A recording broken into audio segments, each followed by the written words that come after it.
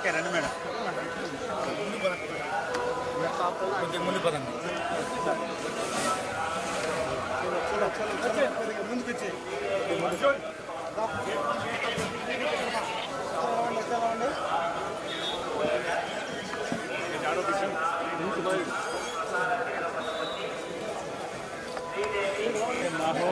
బాగా చూస్తున్నాను పక్క అట్టాబు మేడం.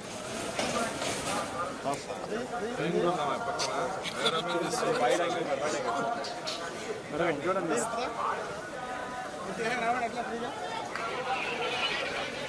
బా వాయిస్ ఏడే పెట్టేద్దాం.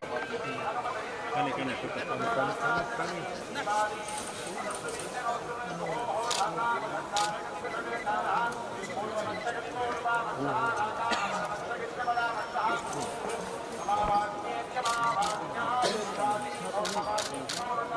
పో బాబాయ్ పో.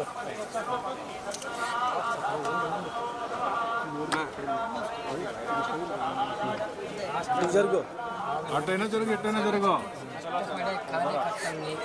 బాబు గారు గుర్తించడం లేదు. వైసీపీ వాళ్ళు వచ్చిన వాళ్ళు మాత్రం గుర్తిస్తాను ఉన్నాను సార్. సార్ మేము పార్టీకి పనిచేసే వాళ్ళు నేను రాజకీయం మాట్లాడినా ఆమె చెప్తున్నా మా కష్టాన్ని. అలాగే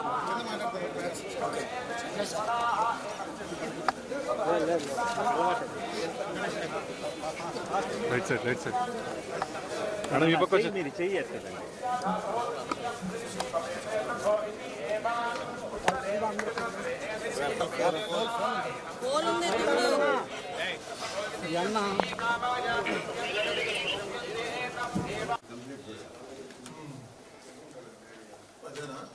అంటే ఇంకా చాలా ఉన్నాయి సార్. 5 వరకు ఉన్నాయి సార్. 5 వరకుకి కూడా ఎస్టిమేట్స్ వేసి పంపించారు. అది వచ్చేస్తుంది. తర్వాత చెరువుది 1.4 అప్పుడు ధర్మారెడ్డి గారు ఉన్నప్పుడు ఏమన్నారంటే తిరుమల పుష్కర్నే మనం సరిగ్గా మెయింటైన్ దగ్గర. అందరికీ నమస్కారం. ఈరోజు గౌరవ తిరుమల తిరుపతి దేవస్థానం చైర్మన్ గారు నాయుడు గారిని ఈరోజు మర్యాదపూర్వకంగా కలవటం జరిగింది. ప్రత్యేకంగా పాయకరపేట నియోజకవర్గంలో ఉపమాక వెంకటేశ్వర స్వామి ఆలయాన్ని 2015లో టీటీడీకి హ్యాండ్ ఓవర్ చేయడం జరిగింది.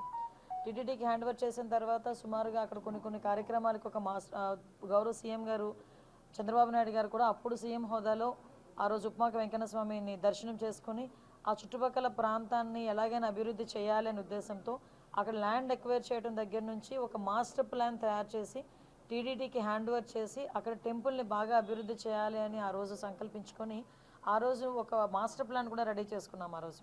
అదే తర్వాత గవర్నమెంట్ మారిన తర్వాత ఎంతో కొంత మీ అందరికీ తెలుసు ఎంతో కొంత కొంచెం నిర్లక్ష్యానికి గురైన పరిస్థితి అయితే కనిపించింది.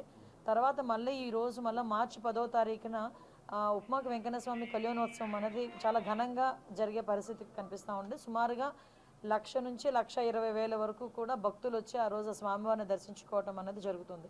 ఆ చుట్టుపక్కల గ్రామాల్లో ఉపమాక వెంకటేశ్వర స్వామి అనేసరికి చాలా వాళ్ళందరికీ కూడా భక్తి భావాలు ఉన్న చుట్టుపక్కల ఉన్న వాళ్ళందరికీ కూడా ఒక ఆనవాయితీ ఏంటంటే ఆ స్వామివారిని దర్శించుకొని ఆ కళ్యాణాన్ని వీక్షించి తర్వాత అక్కడ సుమారుగా 20 రోజుల పాటు జాతర జరుగుతుంది.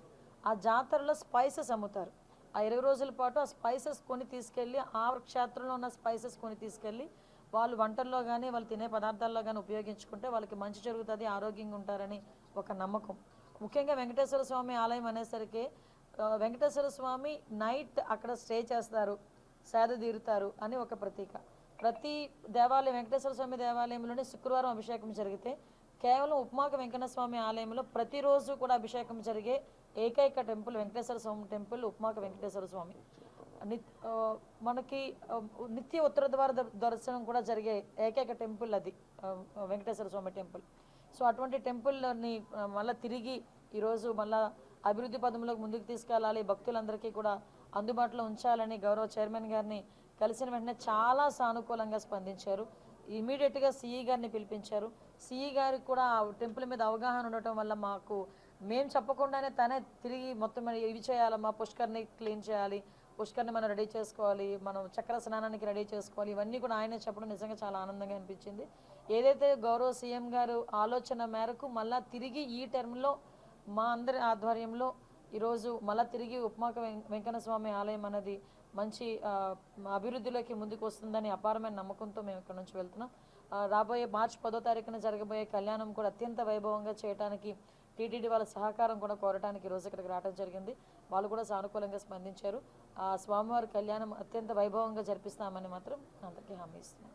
Thank you. టీటీడీ వైపు నుంచి కూడా ఆల్రెడీ కంప్లైంట్ చేస్తున్నారు. దానిపైన మనం మేడం ఆగమ శాస్త్రం ప్రకారం ఐడియా ఉంది నాకు. ఆగమ శాస్త్రం ప్రకారం టెంపుల్ పైన ఫ్లై అవ్వకూడదు. యాక్చువల్గా లాస్ట్ టైం కూడా మా దృష్టికి వచ్చింది ఈ విషయాన్ని. మేము కంప్లీట్గా దాని మీద ఒకసారి ఎంక్వైరీ కూడా వేయమని చెప్పాము. దాని మీద రిపోర్ట్ వచ్చిన తర్వాత అటువంటి పరిస్థితులు రాకుండా చూసుకునే బాధ్యత కూడా మేము తీసుకుంటాం. ఇబ్బంది ఏమీ లేదు.